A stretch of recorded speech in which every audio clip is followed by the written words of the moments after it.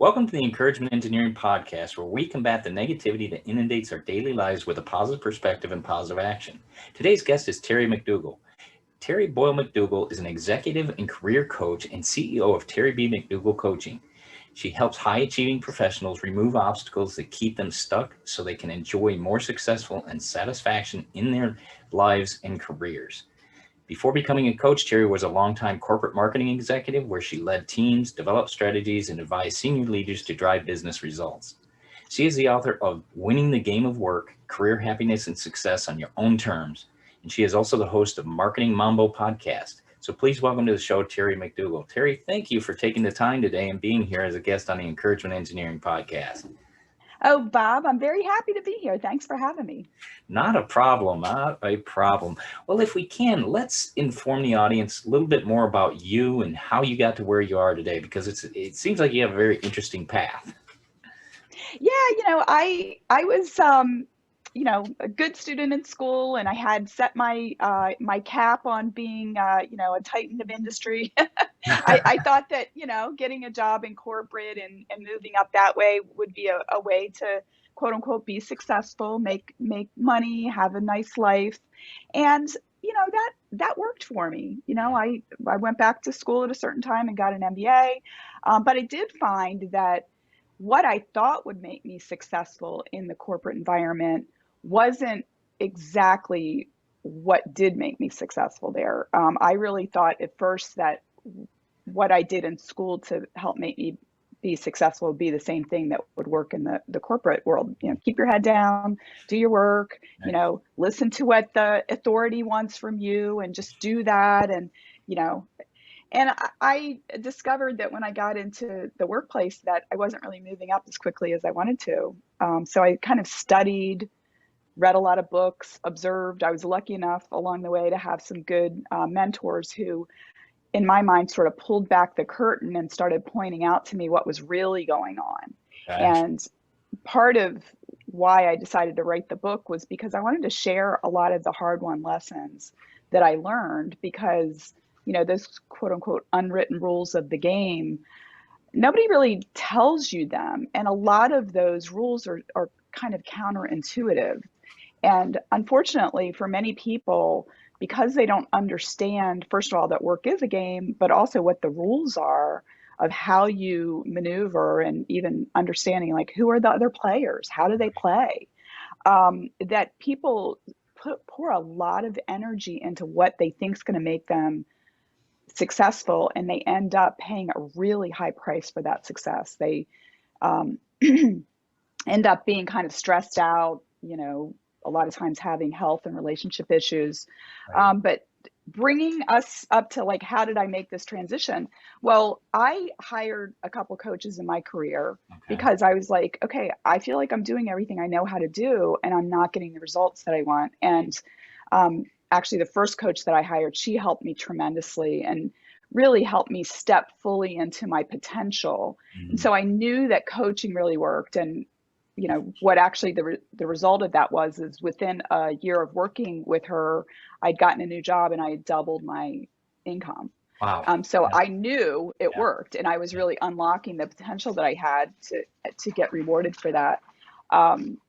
So fast forward to my last corporate job. I was at that company for 12 years, and for the majority of the time I really liked it. I had 4 different jobs while I was there. It was great, had lots of great opportunities to do big things. It was fun. But the last job that I had there was one that I didn't apply for. I didn't want. I tried to tell my boss I did not want this job. I didn't think it was a good fit. And she said, I really want you in this job. So I, being the good corporate citizen that I am, I took it. It never was a good fit. I was not happy in it. And it really caused me to start looking around and saying, okay, are there opportunities here? I didn't really feel like there were. I was working for a foreign-owned company, and I had already come in sort of at the top of the marketing ranks. And I interviewed with other companies. Nothing was really grabbing me. Right. I in some ways kind of felt like maybe I outgrew the path that I was on. So it caused me to do some introspection and say, what are you good at and what do you like to do? And as a leader, I always believed very strongly in coaching and mentoring of my staff. And I'd seen, it paid tons of dividends for both the people on my teams. They were growing, they were getting new opportunities, but for me and the company as well. Yeah. People liked working on my teams. They moved around with me as I moved. And I had high employee engagement scores. So, I had some evidence that I was pretty good at it, and I loved it. Yeah. And so I decided to actually leave the company and get a coaching certification. Good. And, so I made this big leap. But I will say, though, I've always had a little bit of an entrepreneurial spirit, and it was something that I was lucky enough in the corporate world to often be sort of entrepreneurial. Right. Like I Good. often had roles where, things were pretty undefined, and they were like, Terry, here's a machete, go out into the jungle, find the opportunities and come back and tell us what they are. Right. So I often had that kind of freedom, but so it wasn't, really out of character for me to believe that I could kind of go out and do something on my own. But I made that transition in 2017, and it's been a fun journey, and I really love what I'm doing now. Awesome. And that's what's great is so some of the things you mentioned is you had people that followed you as you moved. That's a true sign of a great leader, because people will go where you go because of who you are. And the other thing that struck me was you're coaching your staff. I think that draws that engagement, that magnetism, if you will, for both sides to follow you where you go, because they know you're going to treat them right. They're going to work hard for you. And it's just a good combination for, if you will, a corporate structure as well. And I think that gets lost in today's society a lot of times, because everybody seems to be focusing on getting tasks done, getting projects done.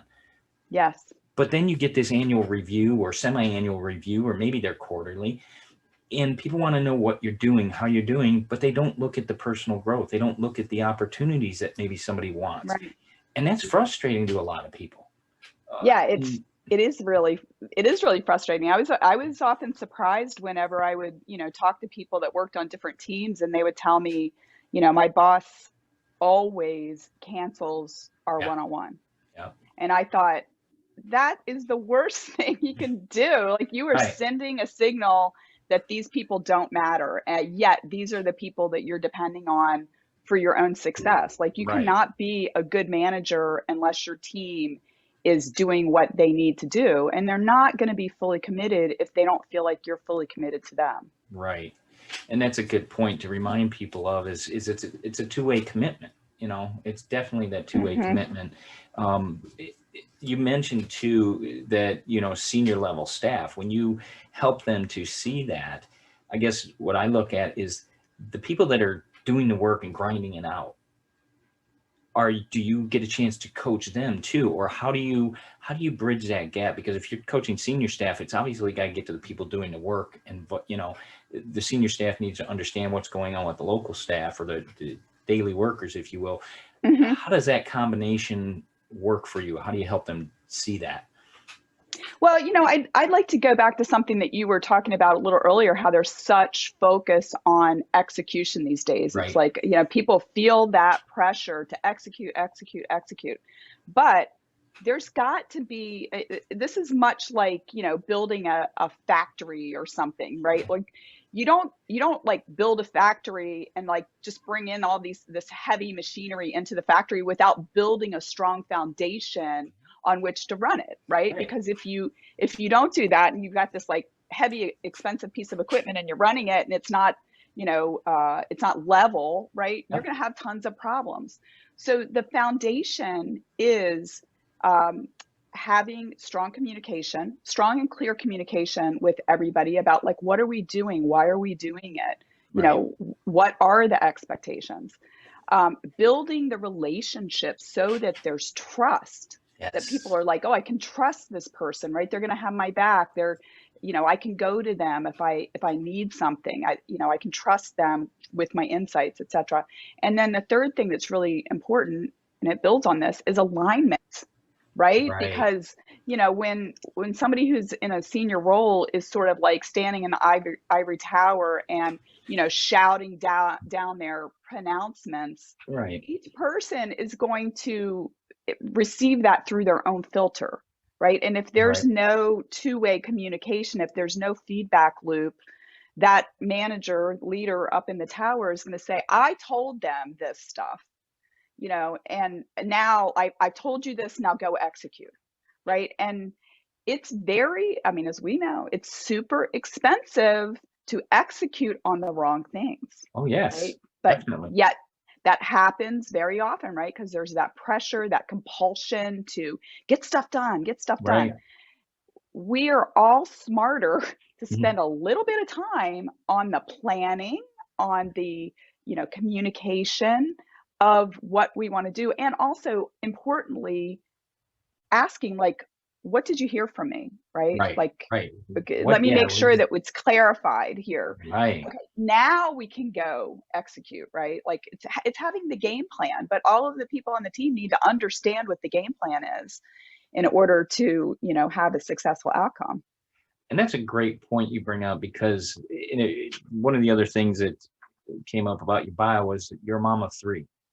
I Yeah. think those skills are definitely helpful in any corporate environment. You've Yes. got to multitask. You've got to go 20 different ways to Sunday all the time, almost 24 hours a day. And that goes over into a corporate world, like you said, that communication. Did you understand what I said? I've said that to my boys. I've got Yes. 3 boys Yeah. myself. And you've got to make sure it's, you're saying it properly, it's heard properly. And if not, the interpretation and clarifying that interpretation, there's definitely a better communication that needs to take place. I think as a mother, you definitely understand. And Yeah. It's funny because I will sometimes sheepishly bring that up in coaching as sort of, analogy or metaphor for how people need to manage, because a lot of time, like say as a parent, right? Like we're yeah, older, but you have to, craft your message or to your kids based on where they are. You can talk to your, 12-year-old in a different way than you can talk to your 2-year-old, oh yeah, right? And yeah, you can, like I've got kids that are in their late teens and early 20s, and obviously with them, I don't have to tell them a whole lot, right? Because they're, the two older ones, they're yeah. adults, They're right? not going to And really listen anyway. yeah, yeah. And I mean, I Yeah, understand what they're capable of, but yeah, here's what happens a lot of times in the workplace is that we don't make that distinction. Maybe we've been doing what we do for a really long time, and yeah, we don't really recognize our level of mastery and what the gap is between, where we are and where some junior employee is. And so we're just, saying, oh, just, do this, or we got to finish this. And their interpretation of that is probably very different right. than what mine is as a very, experienced professional. And so it's sort of like, saying to your 6-year-old, like, I want you to clean the house, right? And Yeah, that's not how you would do that, right? You yeah, would say, here, pick up your toys in the family room and put them in this box, right, right? Like you have to break it down. You have to make it appropriate for who you're dealing with, right? right, And and I think so often, again, when we have that focus on execution, that leaders can sometimes really underestimate, like they've forgotten more than other people will probably ever know, but they have to right, stop and say, how do I pull out of myself the knowledge to impart to other people, and how do I do it in a way that is appropriate for them so that they can absorb it and learn and grow. right. And a lot of times we just, people just don't spend the time to do that, and then they get frustrated because they're not getting the results that they'd like to see. Yeah, But it's because they're not teaching appropriately. They're telling their 6-year-old clean the whole house. yeah. It's not going to work. No, definitely not. It reminds me, because in the IT industry, there's that focus on, you're drinking from the fire hose as it is, and it's got to be done yesterday. And if a system's down, it's either costing you money or time, and that's, critical Of items. course. But we don't take the time to document some of those procedures sometimes. And that's critical, especially in that type of technical, could be confusing environment. Yes. You'll have somebody come in and say, okay, how is this done? If you can hand them a desk level procedures that says, here's how we've done it, feel free to adapt, but here's the basis of it. It gives them step-by-step screenshots of what to do, what they're going to see, 90% accuracy. And there's going to be some differences with, software upgrades, et cetera, but for the most part, they can get through the process and then learn to understand it and adapt on things. So have you, talked to people about some of those processes for documenting, taking that time? I mean, yeah, I think that, I talk to leaders about making sure that they remain elevated so that they can see the whole horizon or perspective of what's going on around them, because so often they get sucked into the weeds and, they're putting out fires rather than, elevating themselves to say, what's causing the fires again and again and again? And how can we systematically deal with that? How can we build process? And I'm always talking to people about, look for the leverage points, right? Look for how you can have more impact with less effort. And sometimes that might mean that, you're going to have to shift your focus from the day-to-day execution to, how do I build that process, so that we don't run into this again? Because that's just, that's insanity, right? Like that's the definition of the insanity. You just keep doing the same thing over and over again and expecting a different result. Or, maybe even worse, thinking that you have no choice but to just do it the way that you've done it. And that's frankly kind of abdicating part of what you're entrusted with as a leader, which is to find a better way. And that's a great idea there too, because people forget they have a choice. I think, like you said, whether it's, high level, low level, we all have a choice. We made a choice coming into an organization, chose that job to do that work. We have the choice of speaking up when something's not right, not safe, doesn't seem right. You have a question, ask the question. Don't be afraid to ask that question. I know, we've always told our kids that as well. Ask the question. And, that's, I think, a key element that people need to understand. Like you said, don't abdicate your ability to your knowledge and your ability to make choices. That's a great word for it, abdicating, because it's giving up everything. And that's not, we're not there to be just a clog in a wheel. We are people first. And I talk to groups about that, because it's not all about the task and what goes on. Yeah, that puts a lot of pressure on you as a person, but you bring a lot to the table, not only with your knowledge and value, but you also bring some stresses of your own from home. Maybe the kids are acting up. Maybe the financial situation is a little off or whatever. And we've got to understand they're people first, and they have all these things they're carrying. How can we help that make it a little bit easier in a corporate environment?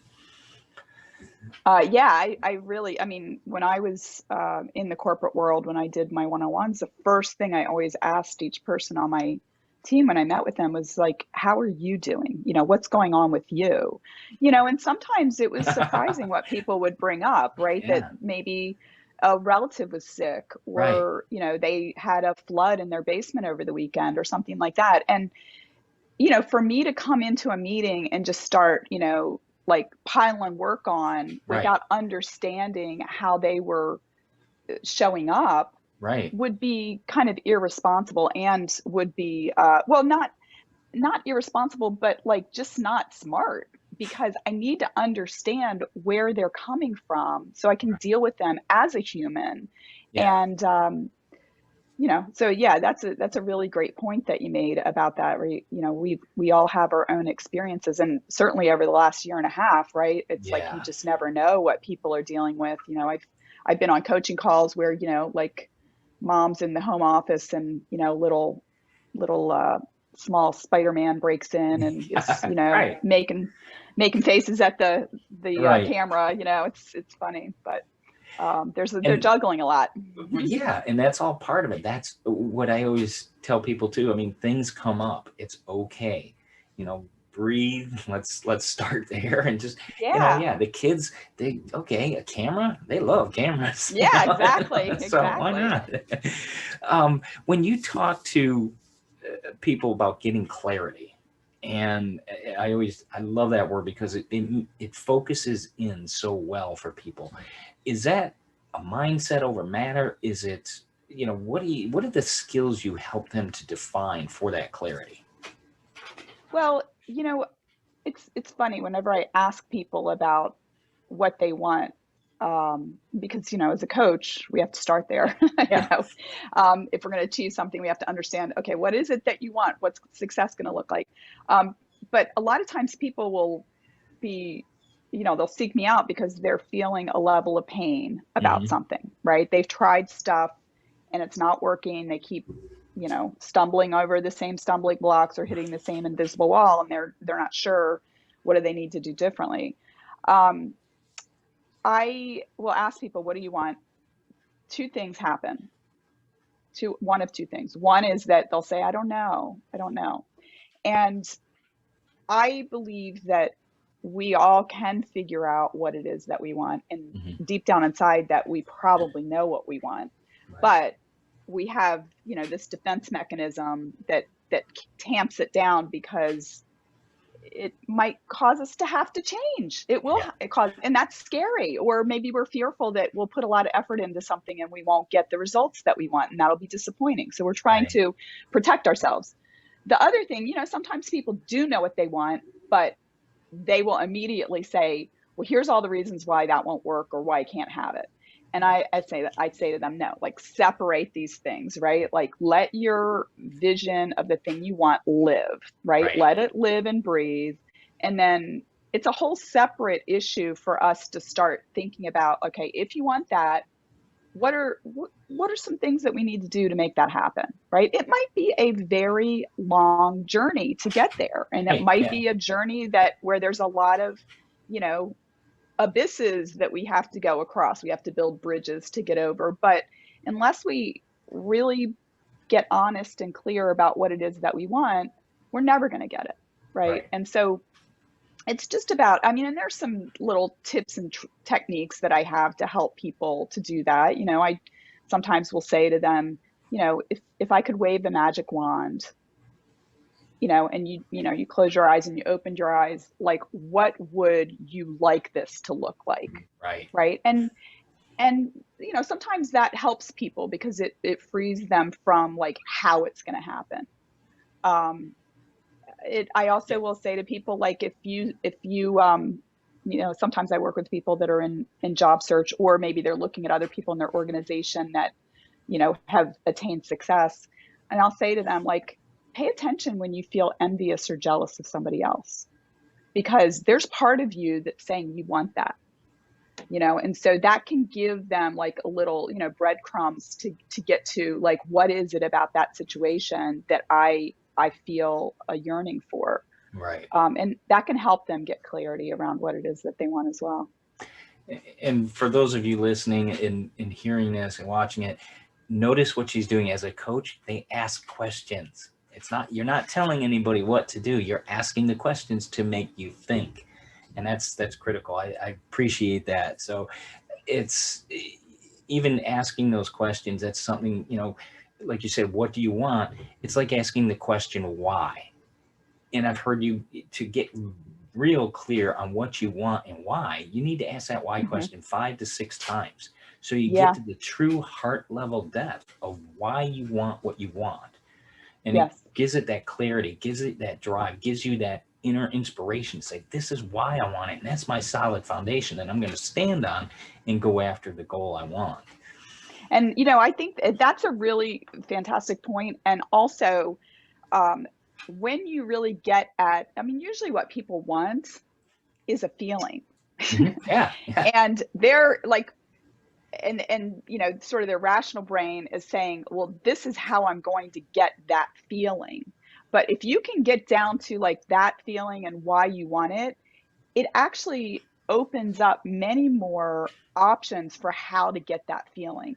And Right. I've worked with a lot of people where we start brainstorming around like, well, is this the only way that you could get that, or are there other ways that you could get that? And once they sort of peel the blinders back, a lot of times they can get to that place really quickly. I've had people that amazingly have, gotten the thing they wanted really quickly just by, first of all, believing that it's possible, Right. getting really clear on that goal, and then starting to take some action steps. And sometimes they'll take a couple steps and they'll hit like a slippery slide, and they'll arrive at the doorstep of the thing they want. It's pretty cool. Well, even in your even in your experience in getting a coach, within a year you had doubled your income. I mean, that's the Yes, benefit of yes. it. You know that I that had, yeah, I you mean, know, just like a lot of people, I had the potential. I yeah, just had not, I had not stepped fully into it, right? And there was fear and some ignorance. There were some things, there were some blind spots that I didn't right, recognize because it's difficult. I think a lot of times when you're rising, you don't know what's required at that next level, right? right. Like you're looking and you're like, I think I can do it, but there are some really subtle things that you need to develop, and you need to show up in a certain way to be taken seriously, so Yeah. um, And that's another idea there too, that you're not sure what's at that next level. It's like stepping out into that fog.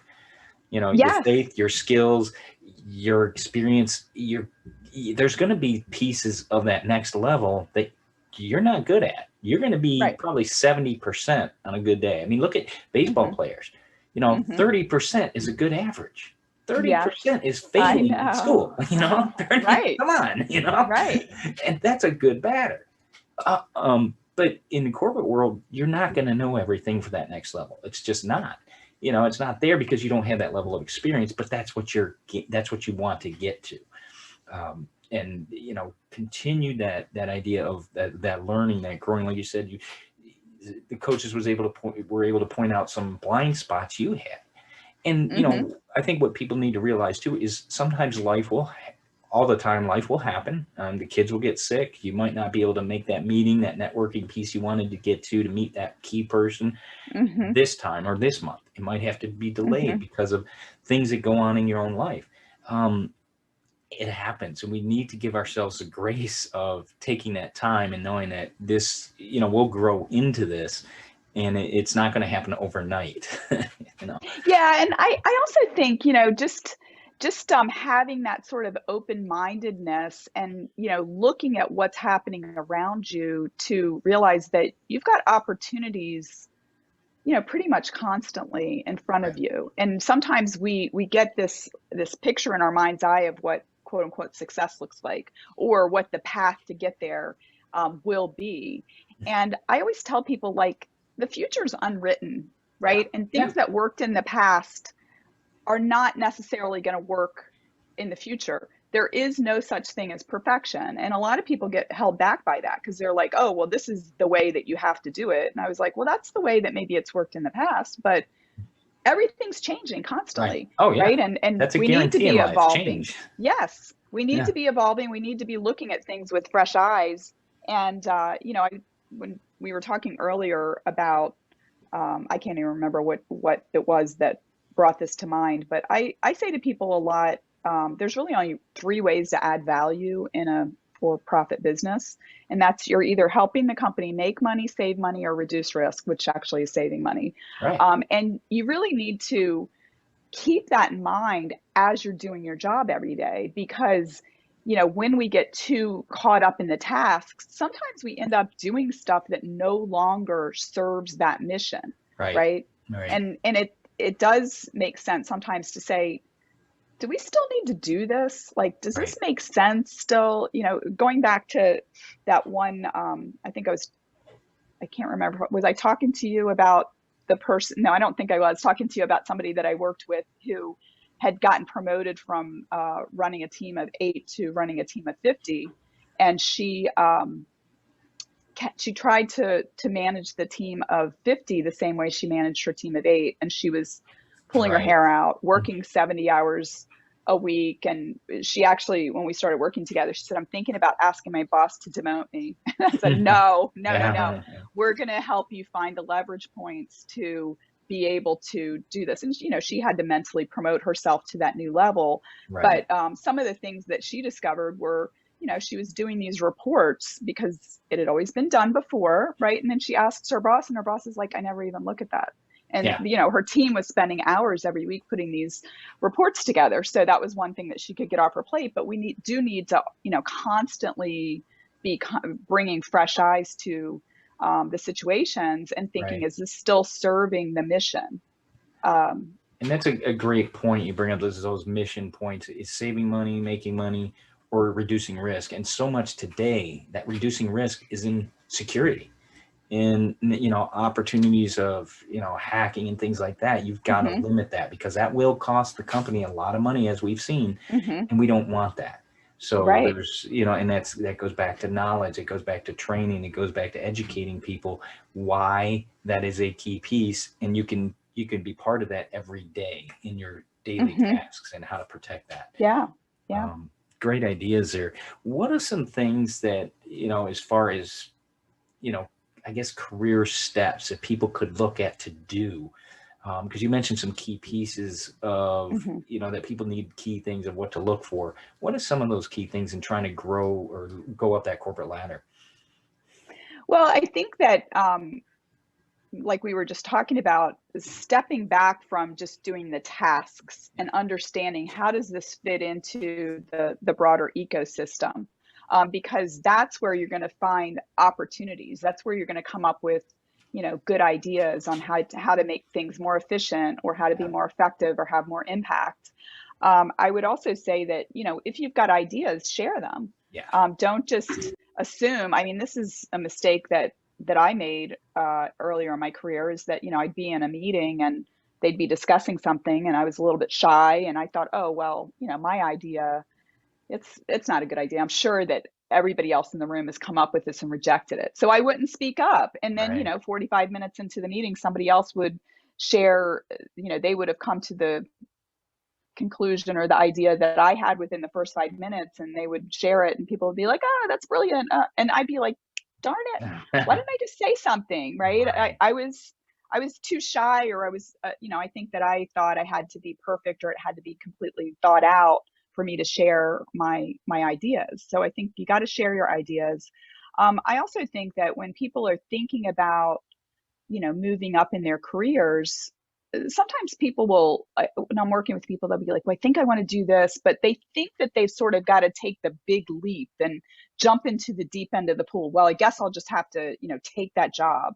I say, like, if there's something that you think you're interested in, find somebody that's doing it and talk to them about what it's like. Yeah. What do you like about it? How did you get started? What are some of the big challenges? What kind of skill sets required for this job? Because Right. then you can kind of find out whether it seems appealing to you once you understand it at a more depth, Right. rather than saying, like, okay, I'm just going to jump in and I'll figure it out as I go along. I mean, that could cause a lot of, pain, and, Yeah. Pain, you might, stress you didn't see. Yeah. yeah, exactly. And there are a lot of jobs that look, either look very cool from the outside, or they look boring from the outside, but they're actually really fascinating, Right. when you get into it. And then, of course, it depends on, who you are and what you find cool and fascinating. Oh yeah, definitely. It's definitely got that personal definition. Okay, well, great. Those are some good tips. Well, it's always interesting. I mean, there's so much to this. And Terry, I just want to make sure people know where they can find you. So that if you can, tell us about your website, where they can get a hold of you for more information. Yeah, so my website is terrybmcdougall.com, and lots of information about me. You can, get in touch with me there. I'm also very active on LinkedIn, and my Okay. handle there is Terry B. McDougall. If anybody is interested in my book, it is available on Amazon and Barnes and Noble. And again, it's called Winning the Game of Work. And then I do have a podcast called Marketing Mambo. I was a marketer for 30 years before I became a coach. And I talk to a lot of people in and around the field of marketing about lots of different topics, including, things like change management. But you can find that at any of the podcast platforms or marketingmambo.net. Great. And we'll make sure we put that all in the show notes so people have that. We'll put it in the description and so forth. So those will all be there as well. But Terry, I want to thank you for your time today. Thank you for being a guest on the Encouragement Engineering Podcast. I really appreciate the information and your time and in the smile, because some of these topics aren't always easy. It's always good to have a smile. Yes. I'm an eternal optimist. Good. I like So that. Thanks, Bob, for having me. I really appreciate it. Well, thank you. I appreciate you too. Thank you.